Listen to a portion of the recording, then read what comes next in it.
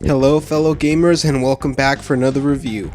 This time it's the original Star Fox on the Super Nintendo, which is hands down one of the system's best and one of my personal favorites. So let's begin. Our story begins when Andros, the main villain for most of the later Star Fox games, flees the planet Venom after being banished from Corneria. But to prove that he isn't defeated just yet, he sends a massive armada to destroy the Lilat system. And to answer to this immediate threat, General Pepper sends the Star Fox team, led by Fox McCloud, to defeat Andros and his army. Star Fox was such a revolutionary game for its time, and just what it was able to do with the early limitations of Nintendo's 16-bit machine was amazing.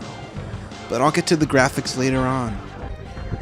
What Star Fox brought to the Super Nintendo was a unique rail shooter with tight and responsive controls, and an unusual set of heroes that would later go on to be some of Nintendo's most iconic characters.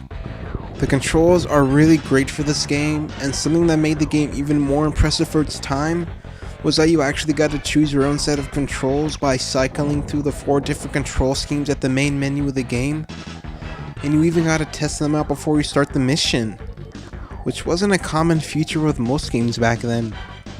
Now, after you've gotten comfortable with your choice of controls, you can choose to either go through some training exercises and practice your flight skills with your teammates, or you can start the game. Now, as you begin, you have 3 paths to choose from, based on whatever difficulty you want. Then afterwards, the order is given, and the R-Wings are scrambled. Now, I'm not going to try to over-explain the gameplay for Star Fox, because it's fairly simple. You fly your R-Wing at different altitudes, you shoot everything that comes near your perimeter, and you collect power-ups along the way. It's a familiar setup, but fresh at the same time. The first few levels are pretty easy, but soon the paths become more challenging and they require you to be in perfect balance with flying your jet. The stages are brilliantly designed, and the fact that none of them are an exact cut and paste of earlier stages is just great. Now, I want to take you back to when I was playing this as a kid and Star Wars and video games were my whole world. A lot of the stages in this game remind me of the original trilogy, specifically the Asteroid and the Space Armada stage. Now, I remember playing the Asteroid stage in the POV mode once, pretending that I was Han Solo trying to escape the TIE fighters that were hot in my tail. When I got to the Space Armada stage, it instantly reminded me of the battle above Endor when Lando led the attack on the Death Star. I mean, look at this boss battle right here. Doesn't it look like something straight out of Return of the Jedi? Yeah, I had an overactive imagination as a kid. I got a little lost there for a minute. Let's move on. Star Fox has some of the best music in gaming history. There are so many memorable tracks on here that any self-respecting gamer can easily recognize.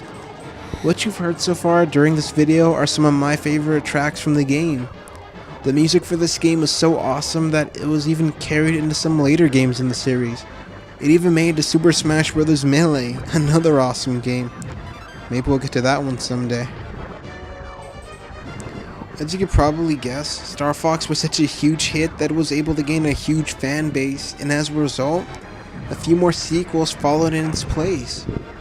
There was supposed to be a sequel to the original called Star Fox 2, but even though it was completed, it was never released. So Nintendo used a lot of its foundations to create the fan favorite of the series, Star Fox 64. And from there we got Star Fox Adventures, Assault, and Command. Hell, Fox McCloud and his team even went on to follow many classic Nintendo characters to the Super Smash Bros. Series. Now, I want to take this time to talk about the Super FX chip technology that went into making Star Fox stand out from other games at the time, because it had a bigger impact on the Super Nintendo than most people knew about. The Super FX chip made possible the use of creating a 3D environment, and it really pushed the graphical limitations of what the Super Nintendo could do. This alone helped to create the haunting atmosphere of Doom, and even helped to create the colorful and vibrant world of Yoshi's Island, which, by the way, used the Super FX chip too. Now, the one thing that really irks me about this game is that your teammates, Slippy especially, will constantly get into trouble and will bug you to help them all the time while you're trying to focus on everything at hand. Now, this doesn't ruin the game as a whole, but it is annoying. Now for my final thoughts on this game. Overall, I think it's a great game and a landmark in gaming history that set the stage for future games to make the jump from 2D to 3D.